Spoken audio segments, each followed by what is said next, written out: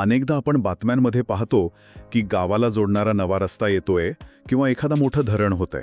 बरोबर आहे. ऐकायला हे खूप छान वाटतं, पण जेव्हा तोच रस्ता आपल्या स्वतःच्या शेतातनं जाणार असतो तेव्हा मात्र पायाखालची जमीन सरकते. नक्कीच. ती भीती खूप नैसर्गिक आहे. आणि म्हणूनच महसूलशाही या आपल्या चॅनलवर आपण हे अवघड विषय एकदम ओघाने आणि सोप्या भाषेत समजून घेतो. कालच एका प्रेक्षकाने कमेंट करून विचारलं होतं की साहेब, आमच्या गावात MIDC येतेय, मग आमची जमीन जाईल? हा खूप जिव्हाळ्याचा आणि अनेकांना भेडसावणारा प्रश्न आहे. आपण हे सविस्तर बघूया. भूसंपादन म्हणजे काय आणि ही संपूर्ण कायदेशीर प्रक्रिया कशी चालते हे आज आपण उलगडणार आहोत. म्हणजे सरकार हायवे, रेल्वे किंवा MIDC यांसारख्या सार्वजनिक प्रकल्पांसाठी जमीन कशी अधिगृहीत करतं याबद्दल आपण बोलणार आहोत. जुन्या कायद्यात अनेक त्रुटी होत्या, पण या नव्या कायद्याचा मुख्य उद्देश पारदर्शकता आणि शेतकऱ्याला योग्य मोबदला देणे हा आहे. खरं तर तसं पाहिलं तर याची सुरुवात नेमकी कशी होते? म्हणजे अचानक एखादा अधिकारी मोजणीची यंत्र घेऊन घरी येतो की काय? नाही, असं अचानक कुणीही तुमच्या दारात उभं राहत नाही. कायद्यात एक अतिशय स्पष्ट प्रक्रिया आहे. भूसंपादन कायद्याच्या कलम 4 नुसार या संपूर्ण प्रक्रियेची सुरुवात होते. अच्छा, कलम 4. होय, कलम 4. जेव्हा प्रकल्पाची जागा निश्चित होते तेव्हा सरकार एक प्राथमिक अधिसूचना किंवा नोटीस काढते. या नोटीसमध्ये जमिनीचा गट नंबर, संपादित होणाऱ्या जागेचं नेमकं क्षेत्रफळ आणि चतुर्सीमा म्हणजे चारही बाजूंच्या हद्दी यांसारखी सविस्तर माहिती दिलेली असते. पण इथेच एक मोठा गैरसमज आहे बरं का. लोकांचा असं समज असतो की एकदा का नोटीस आली म्हणजे दुसऱ्या दिवशी जमीन हातातून गेली. हाच तो सर्वात मोठा गैरसमज आहे जो आज आपल्याला दूर करायचा आहे. कलम 4 ची नोटीस मिळणे म्हणजे तुमची जमीन अंतिमरित्या सरकारच्या मालकीची झाली असा त्याचा अजिबात अर्थ होत नाही. बापरे, मग त्याचा अर्थ काय होतो? ती फक्त एक पूर्वसूचना असते. सरकार तुम्हाला अधिकृतपणे सांगत असतं की आम्ही या प्रकल्पासाठी तुमच्या जमिनीचा विचार करत आहोत.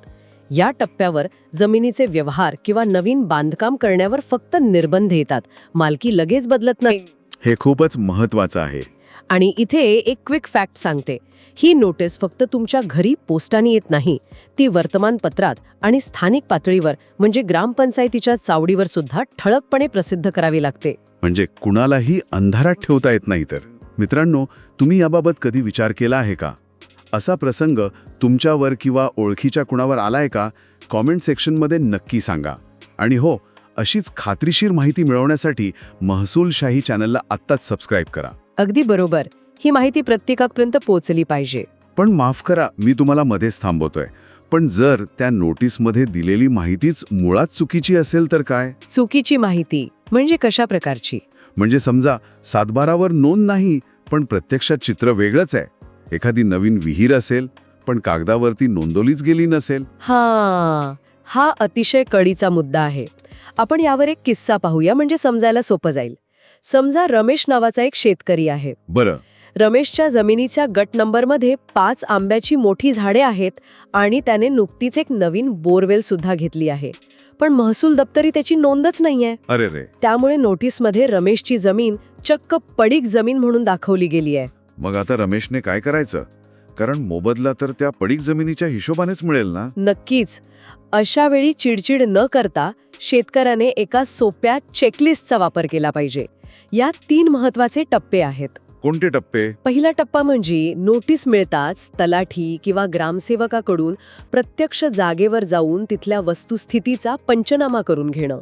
म्हणजे कागदोपत्री पुरावा तयार करणं. अगदी बरोबर. दुसरा टप्पा म्हणजे त्या आंब्याच्या झाडांचे आणि बोरवेलचे अतिशय स्पष्ट आणि जिओ टॅग असलेले फोटो पुरावा म्हणून काढून ठेवणे. अच्छा, म्हणजे डिजिटल पुरावा सुद्धा गरजेचा आहे. होय. आणि तिसरा आणि सर्वात महत्वाचा टप्पा म्हणजे भूसंपादन अधिकारी किंवा थेट जिल्हाधिकारी यांच्या कार्यालयात विहित मुदतीत या सर्व पुराव्यांसह लेखी हरकत दाखल करणे. हे कलम 15 नुसार केलं जातं. कलम 15 नुसार हरकत घ्यायची. हे पुरावे वेळेवर देणं खूप गरजेचं असतं. मुदत उलटून गेली तर प्रशासनिक जुन्याच रेकॉर्डवर अवलंबून राहतं. हे लक्षात ठेवा म्हणजे पुढे अडचणी येणार नाही. मित्रांनो, तुमच्या गावात अशी समस्या आहे का? कुणाच्या 7/12वर नोंदी राहिलेल्या आहेत का? तुमची समस्या कमेंटमध्ये लिहा आणि महसूलशाही चॅनलला आत्ताच सबस्क्राईब करा. हो, कारण वेळेवर घेतलेला आक्षेप लाखो रुपयांचं नुकसान टाळू शकतो. बरं, हे सगळं तर ठीक आहे, पण सर्वात महत्वाचा मुद्दा म्हणजे पैसे. हा मोबदला नेमका कसा ठरतो?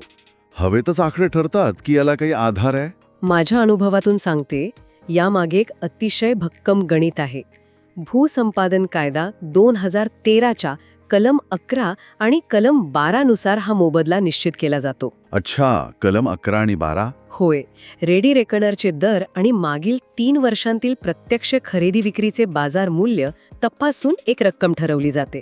समजा रमेशच्या जमिनीचा मोबदला 15 लाख रुपये निश्चित झाला तर त्याची रीतसर नोटीस त्याला येते. म्हणजे पारदर्शकता आहे. आणि इथे दुसरी क्विक फॅक्ट सांगते, जुन्या काळात फक्त एका मालकाला पैसे मिळायचे आणि घरात वाद व्हायचे. पण आता ही नोटीस फक्त एका व्यक्तीला नाही, तर जमिनीच्या 7/12वर जेवढे हिस्सेदार आहेत त्या सर्वांना त्यांच्या हिश्श्यानुसार पाठवली जाते. बापरे, हे तर खूपच चांगलं झालं. पण एक प्रश्न आहे. हो, विचारा ना. समजा सरकारने ठरवलेली ती 15 लाखांची रक्कम आपल्याला मान्यच नसेल तर काय? आपल्याला वाटतंय की आपली जमीन कोट्यावधींची आहे. अशी परिस्थिती अनेकदा येते, पण रक्कम अमान्य असल्यास आपण कायदेशीर मार्गाने वाढीव मोबदल्यासाठी नक्कीच दाद मागू शकतो. म्हणजे आपण पैसे नाकारू शकतो. सरसकट नकारण्यापेक्षा आपण प्रलंबित रक्कमेचा स्वीकार करून, म्हणजे आक्षेप नोंदवून पैसे घेऊ शकतो आणि मग न्यायालयात लढा देऊ शकतो. पण ही संपूर्ण प्रक्रिया खूप मोठी आणि तांत्रिक आहे, जी आपण पुढील भागात सविस्तर पाहणार आहोत. अच्छा, म्हणजे पिक्चर अभी बाकी है. मित्रांनो, ही टिप ऐकल्यानंतर तुम्ही स्वतःच्या जमिनीचे कागदपत्र आणि 7/12 तपासून पाहणार का? ते नक्की तपासा. नक्कीच तपासले पाहिजेत. आजच्या या सविस्तर विश्लेषणात आपण खूप महत्त्वाचे मुद्दे पाहिले. प्रकल्पाची सुरुवात कशी होते, कलम 4ची नोटीस काय असते, हे आपण बघितलं. तसेच चुकीच्या नोंदीवर आक्षेप घेण्यासाठी रमेशच्या उदाहरणातून 3 टप्प्यांची चेकलिस्ट आणि कलम 11 व 12 नुसार मिळणारा मोबदला सुद्धा आपण समजून घेतला. म्हणूनच जेव्हा विकासासाठी ती द्यावी लागते, तेव्हा प्रत्येक शेतकऱ्याला त्याचा योग्य आणि न्याय्य मोबदला मिळायलाच हवा. कायद्याची योग्य माहिती असली की कुणीही आपल्या हक्कापासून वंचित राहत नाही. अगदी 100% खरी गोष्ट आहे. मित्रांनो, हा व्हिडिओ आपल्याला आवडला असेलच. महसूल आणि इतर सर्व कायद्यांबाबत असं सोप्या भाषेत मार्गदर्शन तुम्हाला यापुढेही हवंय? नक्कीच हवं असेल. मग आपला महसूलशाही यूट्यूब चॅनल तुमच्यासाठीच आहे. चॅनलला आत्ता सबस्क्राईब करा. पुढील व्हिडिओमध्ये आपण पाहणार आहोत की भूसंपादनाचा मोबदला कमी वाटल्यास कायदेशीर लढा कसा द्यायचा आणि वाढीव रक्कम कशी मिळवायची. आणि या प्रवासात आम्ही तुमच्या सोबत आहोतच.